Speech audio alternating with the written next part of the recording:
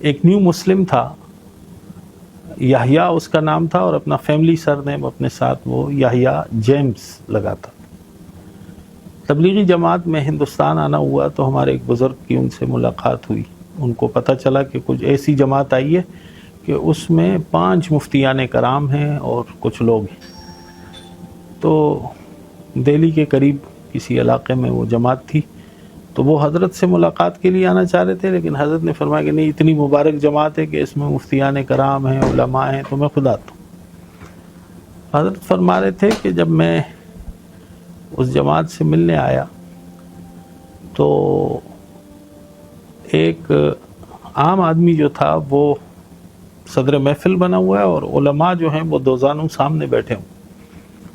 تو مجھے لگا کہ شاید اس عام آدمی کو تبلیغی حضرات نے شاید امیر بنا دیا ہوگا، اور یہ عموماً ہوتا بھی ہے ہمارے مراکز میں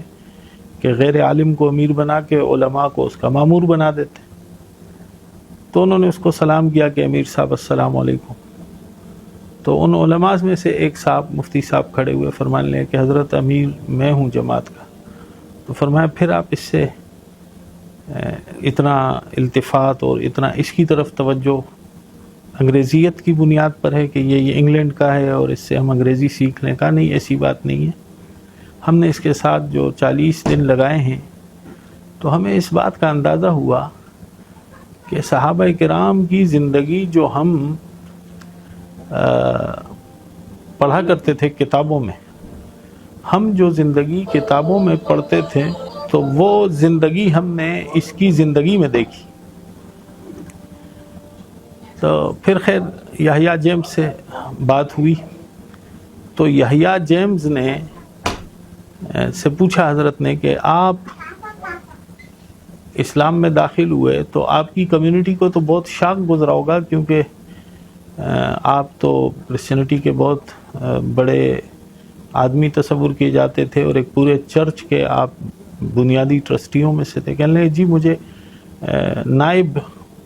پوپ جو ہے وہ اور دنیا بھر کے کوئی 100 کے قریب پریسٹ مجھے لینے آئے تھے انگلینڈ، اور مجھے انہوں نے کہا کہ آپ کیوں مسلمان ہوئے ہیں، کیا ہماری مذہب میں کوئی کمی ہے، ہمارا نبی اللہ کا بھیجا ہوا نہیں ہے.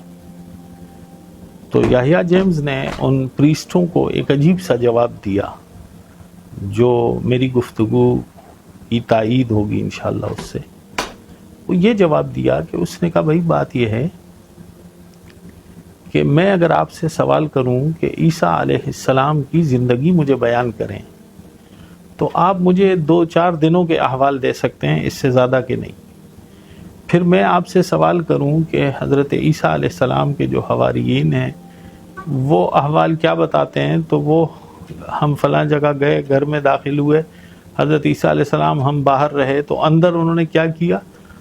وہ احوال کوئی حواری نہیں بتا سکتا.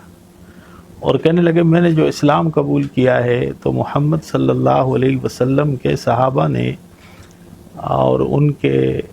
متبعین نے ان کی زندگی کو ایسا محفوظ کیا ہے کہ آپ پیدائش سے لے کر رسول اللہ کے دنیا سے پردہ فرمانے تک دن آپ بتائیں کہ فلاں دن حضور نے کیا کیا تھا، اور ان کے احوال میں بتاؤں گا کہ انہوں نے اس دن کون سا لباس پہنا تھا، کیا چیز کھانے میں کھائی تھی، کس سواری پر سفر کیا تھا، کیا کیا امور اس دن سر انجام دیے تھے. مقصد یہ تھا کہ رسول اللہ کی پوری زندگی محفوظ ہے. تو یہ جو زندگی اللہ نے محفوظ کرائی اور یہ انتظام اللہ نے صحابہ کے ذریعے کروایا کہ آپ کے گھوڑوں کے نام، آپ کے خچروں کے نام، آپ کی تلواروں کے نام، آپ کی استعمال میں آنے والی ایک ایک چیز، اور آپ کا لباس، آپ کا اوڑھنا بچھونا، کھانا پینا، یہ ساری چیزیں اللہ نے محفوظ کروائیں تاکہ یہ قیامت تک کے لیے یہ سلسلہ چلتا رہے. تو یہ مقصد تھا میرا کہ رسول اللہ صلی اللہ علیہ وسلم کی بعثت اللہ پاک نے اس لیے فرمائی کہ آپ قیامت تک کے انسانوں کے رہنما ہیں